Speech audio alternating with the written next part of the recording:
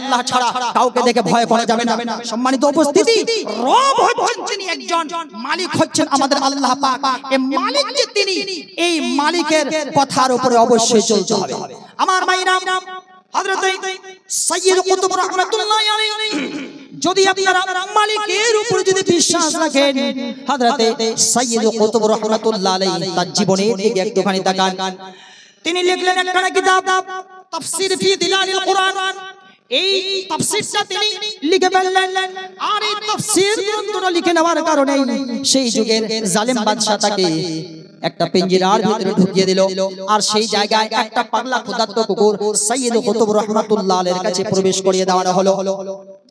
এবং সেই জায়গায় একটা পাগলা ক্ষুধার্ত কুকুরকে ভরে দেওয়ার পর কিছুক্ষণ পর একজন চাকরকে পাঠাচ্ছে, যাও দেখে এসো সাইয়্যিদ কুতুব রাহমাতুল্লাহি আলাইহির সঙ্গে এই পাগলা ক্ষুধার্ত কুকুর কি ব্যবহার করেছে। তখন চাকর গিয়ে যখন দেখে, সাইয়্যিদ কুতুব রাহমাতুল্লাহি আলাইহির অবস্থা দেখার পর এই চাকর একেবারে অজ্ঞান হয়ে পড়েছে। হায় অবস্থা কি দেখতেছি, যেই জায়গাতে বাদশা সাইয়্যিদ কুতুব রাহমাতুল্লাহি আলাইহিকে খেয়ে ফেলার জন্য এই জায়গা পাঠিয়েছিল, কিন্তু আমি তো এই জায়গায় দেখতে পাচ্ছি সাইয়্যিদ কুতুব রাহমাতুল্লাহি আলাইহি তিনি আল্লাহর জন্য, আল্লাহর সামনে মাথা নত করে সিজদায় মাথা নত করে আছে। আর সাইয়্যিদ কুতুব রাহমাতুল্লাহি আলাইহির পাশে একজন ওই সে পাগলা ক্ষুধার্ত কুকুর দাঁড়ায়া তার পাহারাদার হিসেবে সে দাঁড়িয়ে আছে। আমার ভাইরা, সুতরাং মন দিয়ে শুনেন, সাইয়্যিদ কুতুব রাহমাতুল্লাহি আলাইহি এই জায়গাতে তিনি কিভাবে করে বেঁচলেন। সুতরাং রব যিনি, আল্লাহ যিনি, এই আল্লাহর কথা মেনে নেন। রব মালিককে, এই মালিকের উপরে আপনারা বিশ্বাস রাখেন, কোনোদিন কিছুই হবে না, কোনোদিন কিছুই হবে না। আমার ভাইরা, আল্লাহর নবী একদিন হযরত বদরের যুদ্ধের ময়দানে আল্লাহর নবী তিনি হযরত উমাইরকে তিনি বলতেছেন, চলো জিহাদের ময়দানে চলো। হযরত উমাইর বেরিয়ে গেলেন, সাহাবায়ে কেরামগণ জিহাদের ময়দানে গেলেন। আর সেই জায়গায় যাওয়ার পর হযরত উমাইর রাদিয়াল্লাহু তাআলা আনহুর হাতে কিছু খেজুর আছে, আর এই খেজুরগুলো তিনি চাবাচ্ছেন। চিবাতে হযরত উমাইর রাদিয়াল্লাহু তাআলা আনহুকে আল্লাহর নবী তিনি বলতেছেন, ওরে উমাইর, আল্লাহ রাব্বুল আলামিন তিনি জান্নাত খানা বানিয়ে রেখে দিয়েছেন, আর এই জান্নাত খানা হচ্ছে বিশাল বড় জান্নাত, বিশাল বড় জান্নাত।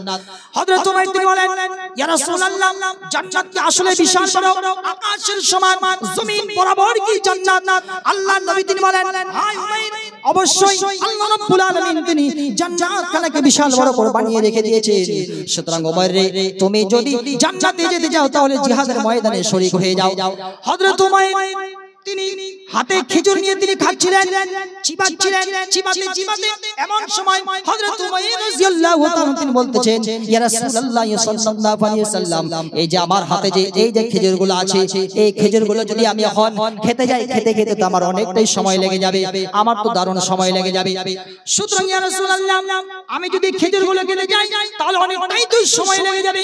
সুতরাং ইয়া রাসূলুল্লাহ সাল্লাল্লাহু আলাইহি ওয়াসাল্লাম, আমি এই খেজুরগুলো খাচ্ছি না। সঙ্গে সঙ্গে আল্লাহর নবী এই সমস্ত খেজুরগুলো এই হযরত উমাইর সঙ্গে খেজুরগুলোকে তিনি ওই বদরের মাঠে তিনি ছুঁড়ে ফেলে দিলেন, আর ছুঁড়ে ফেলে দেওয়ার সঙ্গে তিনি জিহাদের ময়দানে তিনি শরীক হয়ে গেলেন। আমার ভাইরা, জিহাদের ময়দানে হযরত উমাইর চলে গেলেন। জিহাদের ময়দানে যাওয়ার পর হযরত উমাইর তিনি নিজে হাতে তরবারি ধরলেন। তরবারি দেওয়ার পর অনেকগুলো কাফির বেঈমানদেরকে দুনিয়া থেকে সরিয়ে দিলেন।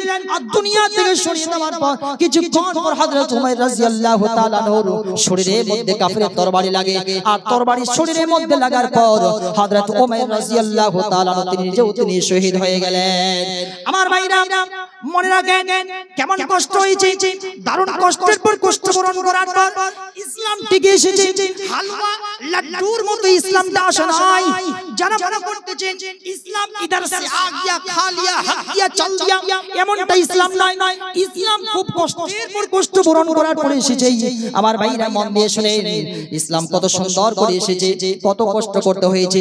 স্বয়ং আল্লাহর নবী তিনি অনেক কষ্ট করেছেন, সাহাবায়ে কেরামগণ কষ্ট করেছেন, আলেম উলামায়ে কেরামগণ কষ্ট করেছেন। দারুণ কষ্ট করে ইসলামটাকে এই মানুষের কাছে নিয়ে আসা হয়েছে।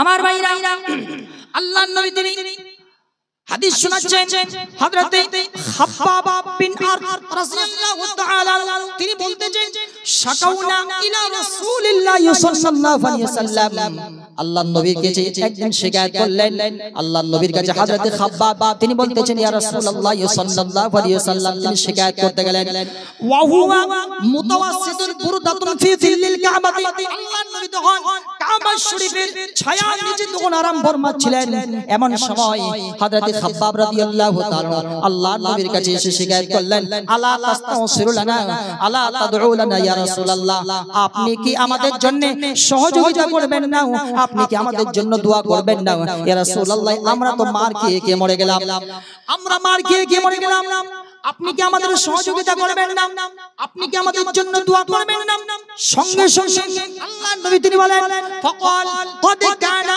মা ক্বাবলাকুম ইউখাদুর রাজুলু ফায়ুহফারু লাহু ফিল আরদি ফায়ুদাউ আলা রাসিহি আল্লাহর নবী তখন বলেন ওরে খাব্বাব রে শোনো শোনো শোনো ও খাব্বাব শোনো তোমাদের পূর্বে কিছু লোক তারা এসেছিল তারা আল্লাহর জমিনে তারা কাজ করত আল্লাহর দ্বীনের কথা তারা প্রচার করত এই দ্বীনের কথা নিয়ে যাওয়া মানুষের কাছে নিয়ে যেত আল্লাহর দ্বীনের উপরে তারা ছিল দ্বীনের উপরে থাকার কারণে লোকজন এই এলাকার জালিম কাফের বেঈমানেরা তাদেরকে ধরতো আর ধরার পর কোমর পর্যন্ত তাদেরকে গেড়ে দিত আর গেড়ে দেওয়ার পর তাদের মাথার উপরে আড়ি রাখা হতো করাত রাখা হতো ফলে তাদের আড়ির উপরে একখানা আঘাত দেওয়া হতো আর চাপন দেওয়া হতো আর এই চাপন দেওয়ার কারণে হযরতে খাব্বাব রে শোন ওই সমস্ত লোকদের ওই সমস্ত মানুষদের শরীরটা দ্বিখণ্ডিত হয়ে যেত ও খাব্বাব শোনো তারপরেও তারা তাদেরকে দিন থেকে এক চুল বরাবর তাদেরকে দিন থেকে সরিয়ে নিয়ে আসা যায় না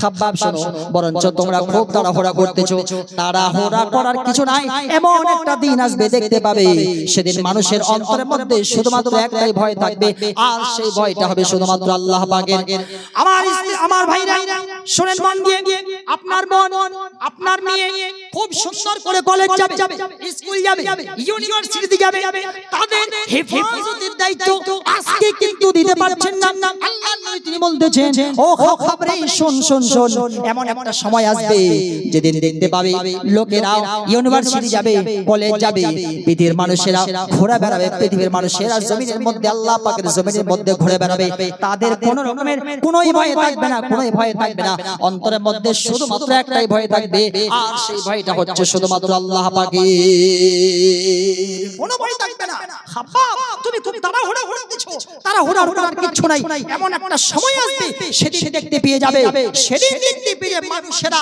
যাতায়াত করবে মানুষেরা যাতায়াত করবে পৃথিবীর জমিনে চলাচল করবে তাদের কোনো রকমের কোনো চিন্তা হবে না কোনোই ভয় থাকবে না ভয় থাকবে শুধুমাত্র আল্লাহ পাকের নারীরা মেয়েরা খুব সুন্দর করে স্কুল যাবে কলেজ যাবে ইউনিভার্সিটি যাবে তাদের কোনো রকমের কোনো ভয় থাকবে না ভয় থাকবে শুধুমাত্র আল্লাহ পাকের তাদেরকে কেউ ছিড়ছাড় করবে না তাদের উপরে কেউ ডাকাতি করবে না তাদেরকে কেউ ধর্ষণ করবে না এমন একটা সময় চলে আসবে বরঞ্চ খাব্বাব তুমি খুব তাড়াহুড়া করতেছো আমার ভাইরা মন দিয়ে শুনেন সম্মানিত মায়েরা বোনেরা আমার সম্মানিত মায়েরা বোনেরা আমার এই যে হাদিসের উপর যদি আমল করা যায় এই হাদিসটার উপর যদি আমল করা যায় যদি বুঝেনি যদি মেনে নি তাহলে ঠিক নিশ্চিত এমন একটা দিন আসবে যেদিন দেখতে পাবেন মায়েরা বোনেরা মানুষেরা সওদাগররা তেজারতরা সবাই খুব সুন্দর করে বিজনেস করে ব্যবসা করে স্কুল কলেজ খুব সুন্দর করে চলবে ভয় থাকবে না ভয় থাকবে শুধুমাত্র আল্লাহ পাকের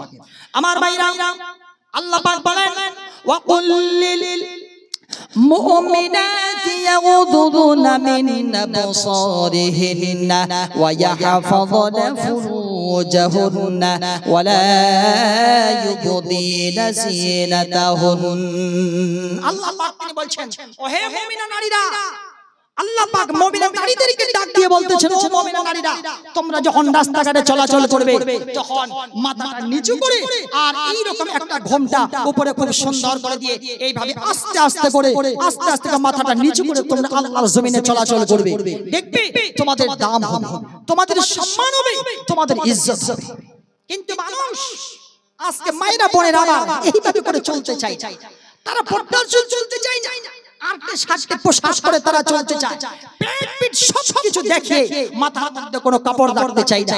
শোনেন মন দিয়ে খুব গান শোনেন, এক শ্রেণীর মায়েরা বোনেরা আমার খুব শুনেন, এক শ্রেণীর লোক তারা জাহান্নামে যাবে যাদের চুলগুলো হবে ছাড়ানো আর যাদের খোপা হবে উঠানো। এই সমস্ত মেয়েরা, এই সমস্ত মেয়েরা আল্লাহ পাকের সে বানানো দাও দাও করে জ্বলন্ত আগুনের মধ্যে জাহান্নামে যাবে। সম্মানিত মা বোনেরা আমার, আপনাদের পর্দার ব্যাপারে কোরআনে কারীমের আয়াত নাযিল করা হয়েছে, সুতরাং পর্দার সেই চলবে। বেদ এক কথাই বলছে, বেদ খুব সুন্দর করে বলছে কি অধপশ্য সমপরি সন্তারং পদকৌ হরহাতে কষ্পলকৌ দশন্ত শ্রীহি ব্রহ্মাবীত। যে সমস্ত হিন্দু ভাইরা বলে যে শুধু বোরকা পরতে দিতে হবে না, বোরকার উপরে আরোপ লাগা হোক, বোরকা যদি কেউ না পরে তাদের ব্যাপারে বেদ খুব সুন্দর করে বলছে। ভগবত গীতা এই জায়গায় বলানো হচ্ছে যারা বোরকার ব্যাপারে যারা বলছে, যারা বোরকার বিরোধিতা করছে তাদের ব্যাপারে বেদ বলছে যখন কোনো মায়েরা বোনেরা যখন রাস্তাঘাটে চলাচল করবে তখন তাদের মাথার উপর যেন একখানা কাপড় থাকে, এই কাপড়টা যেন খুব সুন্দর করে ঘোমটা দিয়ে খুব সুন্দর করে ঘুরে বেড়ায়, এইভাবে করে নিচু করে না নিগাহটা চোখটা নিচু করে রাস্তা দিয়ে চলবে। এ কথা বেদ বলছে। কোরআন যেমন একদিকে বলছে, বেদও তো একই কথা বলছে। আমার ভাইরা আমার, বন্ধুরা আমার, মন দিয়ে শুনেন, যে কথাটা বলতে যাচ্ছি তা হচ্ছে এটা আল্লাহর জমিনে, আল্লাহর জমিনে আজ পৃথিবীতে যত ধর্ষণ হচ্ছে, মায়েরা বোনেরা যত ধর্ষণ হচ্ছে, স্কুল কলেজে যারা পড়তে যাচ্ছে তাদের স্বাধীন হচ্ছে না, তারা স্বাধীনতার সহিত পড়তে যেতে পারছে না, তাদের এতই যে তাদেরকে ধর্ষণ করানো হচ্ছে একটাই কারণ, পর্দার শেষ না চলার কারণে। আপনি বোরকা পরে চলেন না, আপনার নেকাব থাকে না, আপনার কোনো উড়না থাকে না, না থাকার কারণেই তো আপনি আজকে ধর্ষিত হচ্ছেন। তবে আজ পৃথিবীর যেই সমস্ত মানুষেরা যারা এই যে উড়না বোরকার যারা বিরোধিতা করছে, আমরা তাদের পর্যন্ত একটাই কথা শুধুমাত্র শেয়ার করতে চাই, আমাদের মুসলমানদের যত রীতিরিবাজ যত কালচার আছে কোনো কালচার মানতে হবে না, একটা শুধুমাত্র কালচার মেনে নাও, একটা শুধুমাত্র কালচার মেনে নাও, তাহলে কোনোদিন আর এই যে কিছুদিন আগে তামিলনাড়ুতে এই জায়গাতে একটা মেয়ের সঙ্গে ধর্ষণ করানো হলো, মিছিল করানো হলো, কিন্তু এই ধর্ষণ কিন্তু থেমে না। আসমান ধর্ষণ হলো, 80 বার ধর্ষণ হলো, বহু মিছিল হলো, কিন্তু ধর্ষণ থেমে নাই। নদিয়া জেলার সেই কেদারনাথ মন্দিরে 13 বছর বয়সী এক কিশোরের সাথে ধর্ষণ করানো হলো, আর এই ধর্ষণ করার পর মিছিল হলো, কিন্তু ধর্ষণ থেমে নাই। ওই তো কিছুদিন আগে কলকাতার ডাক্তার মৌমিতা তার সাথে ধর্ষণ করলো, কত মিছিল হলো, ফাঁসি চাই, ফাঁসি চাই, ফাঁসি দিতে হবে, এই ধরনের কত রকমের মিছিল হলো। মিছিল যতই হোক না কেন এই ধর্ষণ থেমে যাবে না, থামবে না, থামবে শুধুমাত্র একটাই, মুসলমানদের কোনো কালচার মানতে বলছি না, মুসলমানদের কোনো কোরআন হাদিসের কথা মানতে বলছি না, তবে শুধুমাত্র সরকার পর্যন্ত আমাদের এইটুকুন দাবি, একটা শুধুমাত্র মেনে নাও, একটা শুধুমাত্র মেনে নাও যে ইসলামের যেটা বিধান ফতোয়া, ইসলামের যেটা বিধান, ইসলামের যেটা ফতোয়া তা হচ্ছে এটা, কেউ যদি ধর্ষণ করে নেয়, কেউ যদি জিনা করে নেয়, কেউ যদি ধর্ষণ করে নেয়, একটাই শাস্তি, কবর পর্যন্ত গেড়ে দিয়ে তার উপরে পাথর দিয়ে নিক্ষেপ করে পাথর দিয়ে মেরে তাকে শেষ করে দেওয়া। শুধুমাত্র এই ফতোয়াটা, এই বিধানটা, ইসলামের একটা বিধান শুধু আপনারা মেনে নেন। সরকার যদি আজ এই যে পার্লামেন্টে গিয়ে যদি শুধুমাত্র এই কথাটাই বলে দেয়, কালকে থেকে লগো হয়ে গেল, দেখবেন ভারতবর্ষের মাটিতে কোনো দিন আর কেউ ধর্ষণ করার জন্য সাহস পাবে না। আপনি আজও দেখেন ইতিহাস আজ পর্যন্ত সাক্ষী, সৌদি আরবের মাটিতে ওই শোনা তো যায় কেউ ধর্ষণ করেছে, সৌদি আরবের মাটিতে আজও যদি কেউ চুরি করে নেয় তার হাতকে কেটে দেওয়া হয়। আজও এই ফয়সালা আছে, এই ফয়সালার উপর টিকে আছে, কেউ চুরি করলে তার হাত কেটে দেওয়া হবে। আপনি যখন সৌদি আরবের মাটিতে যাবেন, মক্কায় যাবেন, যারা হাজিরা হজ করতে গিয়েছেন খুব ভালোভাবে আপনারা দেখেছেন, ওই জায়গায় আপনি লক্ষ লক্ষ টাকা ফেলে দিয়ে চলে আসেন না কেন, পার্স ফেলে দেন, মোবাইল ফেলে দেন, সোনা গয়না যা আছে সবকিছু ফেলে দিয়ে চলে আসেন, এক টাকাও আপনার চুরি হবে না। যদি বছর পরে গিয়ে যদি আপনি ওই জিনিসটাকে খুঁজেন, তবু আপনি সেই জিনিসটা পেয়ে যাবেন। This is the culture of Islam, this is the beauty of Islam. এটা হচ্ছে ইসলামের সৌন্দর্য, ইসলামের সৌন্দর্য। শুধুমাত্র একটি কথা মানার কথা বলা হয়েছে, আপনারা শুধুমাত্র একটি কথা মেনে নেন, সারা জিন্দেগিতে কোনোদিন আর কেউ ধর্ষণ হবে না। আমার ভাইরা, সুতরাং আমি বলতেছিলাম মায়েরা বোনেরা আমার, আপনাদের অনেক দাম, অনেক দাম, আপনাদের অনেক দাম। আল্লাহ পাক কোরআনে কারীমের মধ্যে আপনাদের দাম সম্পর্কে খুব সুন্দর করে কি বলছে দেখেন। কোরআনে কারীমের মধ্যে আল্লাহ পাক বলেন ومن آياته أن خلق لكم من أنفسكم أزواجا لتسكنوا إليها وجعل بينكم مودة ورحمة সম্মানিত ভাইরা বোনেরা আমার, আল্লাহ পাক তিনি বলেন, আল্লাহ পাকের নিশানের মধ্যে একটা নিশানি হচ্ছে এটা, পুরুষের মধ্যে আল্লাহ রাব্বুল আলামিন প্রত্যেকটা পুরুষের জন্য একজন একজন করে নারী আল্লাহ পাক তিনি বানিয়েছেন।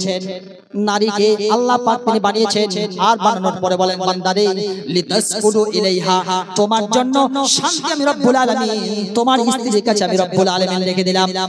ওয়াজআলা বাইনাকুম মাওয়াদ্দাতাও ওয়া রাহমা, এবং বান্দারে তোমাদের দুজনের মধ্যে একটা মহব্বত সৃষ্টি করলাম, ভালোবাসা সৃষ্টি করলাম। বান্দা শুন, এই জন্য সুকুনা, এই জন্য আরাম। রাত্রি 12টার সময়, রাত্রি 2টার সময় বান্দা তোমার যদি যৌবনে তাড়া দিয়ে দেয়, তোমার গদরেজ, তোমার আলমারি, তোমার সোফা, তোমার এই সমস্ত জিনিস তোমাকে শান্তি দিতে পারে না। শান্তি দিতে পারে বান্দা তোমার একমাত্র শুধুমাত্র স্ত্রী, আর তোমাকে কেউ শান্তি দিতে পারে না। সুতরাং এদের মধ্যে আমি রব্বুল আলামিন ওয়াজআলা বাইনাকুম মাওয়াদ্দাতাও ওয়া রাহমা, আমি রব্বুল আলামিন বান্দার এদের দুজনের মধ্যে আমি একটা ভালোবাসা সৃষ্টি করলাম। এ বান্দা খুব শুন মন দিয়ে, সুতরাং তোমাকে এখন বিয়ে করা লাগবে। যেই সমস্ত যুবকেরা বিয়ে করে নাই, বয়স হয়ে গিয়েছে, বয়স চলে যাচ্ছে 25, 30, 37, 40, 42, বিয়ে করার কোনো নাম নাই। আল্লাহর নবীর কাছে এক সাহাবী এসে বলতেছেন, ইয়া রাসূলুল্লাহ সাল্লাল্লাহু আলাইহি ওয়াসাল্লাম, আমার কিন্তু অভাব দূর হয় না, আমার অভাব দূর হয় না, অনেক অভাব। ইয়া রাসূলুল্লাহ, অভাব কিভাবে দূর করব? আল্লাহর নবী বলছেন তুমি যা খানা বিয়ে করো। আল্লাহর নবীকে বলে, ইয়া রাসূলুল্লাহ, অভাব দূর হয় না, একা সংসার চালাতে পারি না, আবার বিয়ে করতে বলছেন? বলছে হ্যাঁ বিয়ে করো। সাহাবী তিনি বিয়ে করলেন, বিয়ে করার পর বাড়ি গেছে, বাড়ি যাওয়ার পর দুজনের সংসার চালাতে আরো অসুবিধা, দুজনেরই অভাব। আল্লাহর নবীর কাছে পরের দিন এসে বলছে, ইয়া রাসূলুল্লাহ, অভাব তো আরো বেড়ে গেছে। নবীজি বলছেন তুমি আরেকটা বিয়ে করো। বলছে ইয়া রাসূলুল্লাহ, একটা চালাতে পারছি না, আবার দুইটা? বলছে হ্যাঁ বিয়ে করো। তৃতীয় দিন আবার দ্বিতীয় স্ত্রী কথায় এসে আল্লাহর নবীকে জানাচ্ছেন, ইয়া রাসূলুল্লাহ, অভাব দূর হচ্ছে না। আল্লাহর নবীর কাছে যখন এসেছেন, নবীজি বলছেন তুমি আরেকটা বিয়ে করো। তিনটা আল্লাহর নবী তিনি বিয়ে করেন। তিনটা স্ত্রী নিয়ে যাবার পর যখন বাড়িতে চলে গিয়েছেন, আর সাহাবী কিন্তু আল্লাহর নবীর কাছে আসে না আসায়, এবার আল্লাহর নবীকে এবার তিনি বলতেছেন, ইয়া রাসূলুল্লাহ, বহুদিন পর আল্লাহর নবীকে বলতেছেন, ইয়া রাসূলুল্লাহ, আপনি যে বিয়ে করার কথা বলেছিলেন, আসলে আমি তিনটা স্ত্রী বিয়ে করেছি, আর তিনটা স্ত্রী আমার কাছে আছে, কিন্তু 3 নম্বর স্ত্রীটা পাটি বুনতে জানে, পাটি খেজুর পাতা দিয়ে বোনানো, এই যে এই পাটিগুলো বুনতে পারে, আর এই পাটি বানানোর জিনিসটা ও সব স্ত্রীকে শিখিয়ে দিয়েছে। ইয়া রাসূলুল্লাহ, পাটি ওরা বানায়, আমি বাজারে নিয়ে যাই, বিক্রি করি, আমার কিন্তু অভাব দূর হয়ে গেছে। সুতরাং নিকাহ, বিয়ের মধ্যে একটা শান্তি আছে, বিয়ের মধ্যে আবার বরকত আছে। যারা বিয়ে করেছেন সন্তান হবে কি করে চালাবো? জি না, একটা হলে বরকত হবে, দুইটা হলো আরো বরকত, বরকত হতেই থাকবে, হতেই থাকবে। আমার ভাইরা, বিশেষ করে যুবক ভাইরা শুনে মন দিয়ে, বিয়ে যাদের হয় নাই, আল্লাহ পাক খুব সুন্দর করে বলতেছেন, ওয়া আওকিউল আয়ামা মিনকুম মুসসালিহিন মিন ইবাদিকুম। আল্লাহ পাক এই সমস্ত গার্জিয়ানদেরকে ডাক দিয়ে বলতেছেন, ওরে বাবা, ওরে গার্জিয়ান, তুই খুব মন দিয়ে শোন, তোমার ছেলের বয়স উপযুক্ত বয়স হয়ে গিয়েছে, তুমি তাকে বিয়ে পড়ায় দাও। তোমার মেয়ের বয়স উপযুক্ত হয়ে গেছে, তুমি তাকে বিয়ে পড়ায় দাও। যদি বিয়ে না পড়ায় দাও, আর বিয়ে না পড়ার কারণে তোমার ছেলে, তোমার মেয়ে যত পাপ করবে না কেন, এই সমস্ত পাপ করার কারণে শুধুমাত্র সে যে পাপের ভাগীদার হবে এমনটা না, বরঞ্চ তুমি গার্জিয়ান হইয়া, তুমি ওয়ালি হইয়া, বরঞ্চ তুমি গার্জিয়ান হইয়া তোমাকে ওই পাপের পার্সেন্টেজ তোমাকেও নিতে হবে। আমার ভাইরা, তার মানে বোঝা যায় বিয়ে করতে হবে, বিয়ে করতে হবে, বিয়েটা অবশ্যই করতে হবে। বিয়ে যাদের যাদের হয় নাই, বয়স হয়ে গেছে, অবশ্যই বিয়ে করে নেবেন, না হলে কিন্তু গুনাহ হওয়ার কিন্তু অনেকটাই চান্স থেকে যায়। আমার ভাইরা মন দিয়ে শুনেন, বিয়ে করার জন্য যেমন কথা বলতেন, কিন্তু বিয়ের আগে আবার একটা কথা খুব মন দিয়ে, গার্জিয়ানদের ডিমান্ড, যেই দেশের মধ্যে একটা প্রথা আছে ডিমান্ড, যেটাকে দাহেজ বলা হয়, ডিমান্ড নেওয়া, এটা আবার জঘন্য ধরনের একটা হারাম। বিয়ের মধ্যে যে একটা ডিমান্ড নেওয়া হয় এটা আবার জঘন্যতম হারাম। আচ্ছা কুত্তার পায়খানা খাওয়া কি? অবশ্যই হারাম। শুকরের মাংস খাওয়া কি? অবশ্যই হারাম। তবে কুত্তার পায়খানা খাওয়া জায়েজ, তার জন্য যে ডিমান্ড, বরঞ্চ ডিমান্ডটা না নিয়ে ডিজিটাল ফকির না সেজে, সেই ডিমান্ড না নিয়ে আর ডিজিটাল ফকির না সেজে ডিমান্ডটা না নিয়ে সে যদি কুত্তার পায়খানা খেয়ে নেয় তবুও তার জন্য ভালো, কিন্তু ডিমান্ড নেওয়া যাবে না। বাপ, ডিমান্ড নেওয়া যাবে না, কোনো মতেই দেওয়া যাবে না। আমাদের এলাকায় তো আমাদের এলাকার তো যারা যখন জামাই খুঁজতে যায় তখন জামাই খোঁজার সময় তো খালি চাকরিজীবী লাগে, ভালো ভালো জামাই লাগে, যারা ব্যবসা বাণিজ্য লিপ্ত থাকে তাদেরকে লাগে, যাদের মুখটা একেবারে ফুটবলের মাঠ, মুখের মধ্যে কোনো দাড়ি নেই, এই সমস্ত গুলো জামাই লাগে। কিন্তু একটা এলাকায় গেছিলাম কিছুদিন আগে কিশোরগঞ্জের মাটিতে, এই জায়গায় যাওয়ার পর তিনারা বলছেন ওনাদের জামাই পছন্দ হচ্ছে মৌলবীরা। মৌলবী ভাই শ্বশুর শাশুড়ির সম্মান দিবে, পরকাল ভালো হবে, নামাজ রোজা করবে, জান্নাত যাওয়ার বিশাল বড় একটা মাধ্যম থাকবে। সুতরাং আলেম ওলামা কেরামদেরকে ওনারা জামাই পায়। আমার ভাইরা একটা গল্প মনে পড়ে গেল।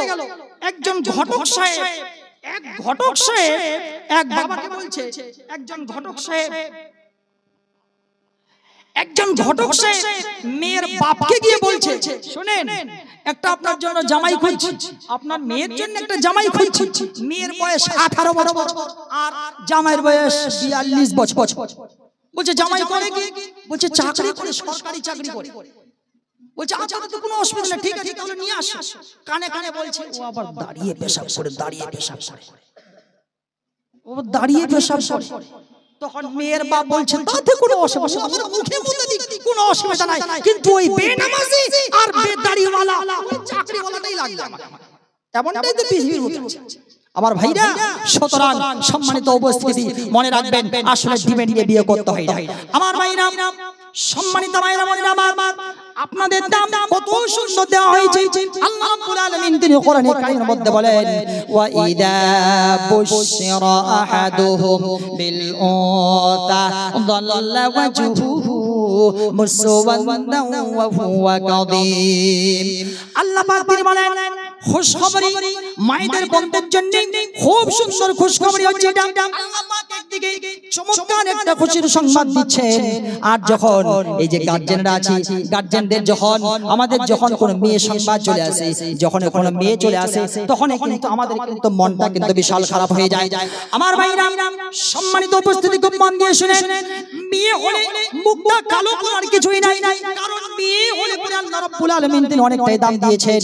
আল্লাহর নবী তিনি বলেন, মানিব তুলিয়া মিন হাদিল বানাতি বিশাইইন ফাহসানা ইলাইহিন্না কুননা লাহু সিতরাম মিনান নার। আমার ভাইরা মন দিয়ে শুনেন, আল্লাহর নবী তিনি বলেন, যখন আল্লাহ পাক তিনি মেয়ে সন্তান দান করলেন, কন্যা সন্তান যদি আল্লাহ রাব্বুল আলামিন তিনি দান করলেন, আর এই কন্যা সন্তান যদি কোনো রকমের কোনো অসুখ বিসুখে আক্রান্ত হয়ে যায়, আর এই কন্যা সন্তানের যদি অসুখ বিসুখে আক্রান্ত হয়ে যাওয়ার পর তার যদি আপনি চিকিৎসা করেন, তার খাবার দিলেন, তার বিভিন্ন নানা ধরনের তার আপনি সহযোগিতা করলেন, আল্লাহর নবী সঙ্গে সঙ্গে তিনি বলেন, হিজাবাম মিনান নার, এই যে তুমি যে এই সন্তানের যে মেয়ে সন্তানের যে সহযোগিতা করলে, ও অসুখ বিসুখে তার সহযোগিতা করলে, নবী আমার তিনি বলেন এই সহযোগিতা করার কারণে তোমাকে জাহান্নামের আগুন থেকে পরিত্রাণ পাইয়ে দেওয়া হবে।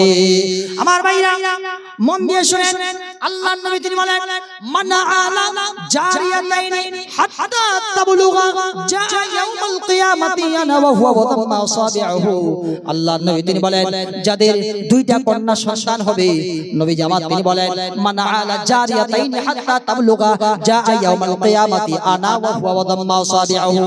যার দুইটা কন্যা সন্তান হবে, এই দুই কন্যার সন্তানের বাবা এবং আমি বিশ্ব নবী মুহাম্মদুর রাসূলুল্লাহ সাল্লাল্লাহু আলাইহি ওয়াসাল্লাম একসঙ্গে জান্নাতে যাব। যেমন তোমরা দেখতে পাচ্ছ, এই যে একটি আঙ্গুল আর এই আঙ্গুল যেমন দুইটা আঙ্গুল একসঙ্গে মিলিত হয়ে আছে, যেমন কোনো ভেদাভেদ নাই, দুইটা আঙ্গুল যেমন একসঙ্গে মিলিত হয়ে আছে, ঠিক এইভাবে করে আমি এবং ওই দুই কন্যার বাবা একসঙ্গে জান্নাতে গিয়ে প্রবেশ করব। তার মানে দাম মায়েদের বোনদের অনেক দাম। কে বলছে পৃথিবীর বুকে নারীদের দাম দেওয়া হয় নাই? নারীর অধিকার কে দেয় নাই? অবশ্যই ইসলাম নারীকে নারীর যা দাম দিয়েছে तमाम পৃথিবীর মাটিতে আর কেউ দেয় নাই। সম্মানিত ভাইরা বোনেরা আমার, কত দাম দিয়েছে আপনাদের মন দিয়ে শুনেন। আল্লাহ পাক কতই না দাম দিয়েছেন। বিশ্বনবী মুহাম্মদুর রাসূলুল্লাহ সাল্লাল্লাহু আলাইহি ওয়াসাল্লাম তিনি বসে আছেন, এমন সময় এক সাহাবী এসে বলতেছেন, ইয়া রাসূলুল্লাহ বলেন খিদমত করব কার? নবী আমার তিনি বলতেছেন তোমার মায়ের। তারপরে কার? আবার বলছেন তোমার মায়ের। তারপরে কার? আবার বলছেন তোমার মায়ের। তিনটি বার নবীজি আমার মায়ের খিদমত করার জন্য বলতেছেন। চতুর্থবারে সাহাবী যখন জিজ্ঞাসা করেন, নবী আমার বলেন চতুর্থবারে আব্বা জানেন আব্বার বাবার খিদমত করার কথা আল্লাহর নবী তিনি বলেন। তার মানে বোঝা যায় তিনটা মর্যাদায় একেবারে ফার্স্ট সেকেন্ড থার্ড তিনটা জায়গায় একেবারে মায়েরা বোনেরা আবার সবচেয়ে দামে আগে আছে। পুরুষেরা কিন্তু আমরা চতুর্থ নম্বরে পড়ে গেলাম। আমার ভাইরা এই মায়েদের বোনদের এই জন্য দাম আরো। দেখেন আল্লাহর নবী বিশ্বনবী মুহাম্মদুর রাসূলুল্লাহ তিনি কেমন মায়ের দাম দিয়েছে। আজকে তো মাকে আমরা দেখি না, মাকে বৃদ্ধাশ্রমে রেখে চলে আসি, কিন্তু মায়ের কত দাম দিয়েছে আল্লাহর নবী বিশ্বনবী তিনি বসে আছেন। এমন সময় আল্লাহর নবীর কাছে এক বৃদ্ধা মহিলা এসে উপস্থিত। আর এই বৃদ্ধা মহিলা যখন আল্লাহর নবীর কাছে এসে উপস্থিত হয়ে যায়, সঙ্গে সঙ্গে নবীজি আমার তিনি এই বৃদ্ধা মহিলাকে দেখে তিনি সঙ্গে সঙ্গে তিনি দাঁড়ায় গেলেন। দাঁড়িয়ে যাওয়ার পর সঙ্গে সঙ্গে দাঁড়িয়ে গেলেন, নিজের গায়ের চাদর খুলে দিলেন এবং নিজের গায়ের চাদরখানা খুলে দেওয়ার পর নবীজি আমার তিনি বিছিয়ে দিলেন। ওই বৃদ্ধা মহিলা আসে এবং ওই চাদরের উপরে বসে, আর বসার পর কি কথাবার্তা হলো, কথাবার্তা বলার পর তিনি বৃদ্ধা মহিলা তিনি চলে গেলেন। অবশেষে সাহাবায়ে কেরামকে জিজ্ঞাসা করছেন, ইয়া রাসূলুল্লাহ বুঝতে তো কিছু পারলাম না, কে ছিল? একজন বৃদ্ধা মহিলা আসে এবং আপনি নিজে চাদরখানা বিছিয়ে দিলেন, আর ওই বৃদ্ধা মহিলা বসে। কথা হলো আবার চলে গেল। ইয়া রাসূলুল্লাহ বলেন কে ছিল তা বুঝতে পারলাম না। নবীজি আমার সঙ্গে সঙ্গে তিনি বলতেছেন তোমরা জানো না তিনি ছিলেন আমার বৃদ্ধা ওই যে হযরতে হালিমাতুস সাদিয়া রাদিয়াল্লাহু তাআলা আনহা, তিনি ছিলেন আমার দুধমা হযরতে হালিমা। আমার ভাইরা কেমন ভাবে মায়েদের নাম দিতে হয়, কেমন ভাবে সম্মান দিতে হয়, দারুণ সম্মানের পাত্রী আপনারা, দারুণ সম্মানিতা মায়েরা বোনেরা আমার। নবী নাম দিয়েছেন, ইসলাম নাম দিয়েছে, কোরআন নাম দিয়েছে, সুতরাং ঘাবড়ানোর কোনো দরকার নাই। নারীকে নারীর অধিকার যেভাবে করে ইসলাম দিয়েছে তাম পৃথিবীর মাটিতে আর কিন্তু নারীকে নারীর মতো কিন্তু কেউ দাম দেয় নাই। আমার ভাইরা আজকে মায়েদের বোনদের আমরা কিন্তু মায়েদের সম্মান করি না, বাবাদের কিন্তু ইজ্জত করি না, কিন্তু ইসলাম কত সুন্দর করে মায়েদের ইজ্জত করার কথা বলেছে, আর কত সুন্দর করে বাবাদের ইসলামের সুন্দর করে ইজ্জত করার কথা বলেছে। আমরা দাম দিই না। দাম দিই কখন? যতদিন জীবিত থাকবে এক মুঠো ভাত আমরা দিই না, বাড়িতে রাখি না, বৃদ্ধাশ্রমে রেখে চলে আসি। মার দি খাবার দিই না, বৃদ্ধাশ্রমে রেখে চলে আসি। কোনো টাকা নাই, কোনো পয়সা নাই, বেচারা বাপ নিজের শেষ মুহূর্তের দিনগুলো এমন ভাবে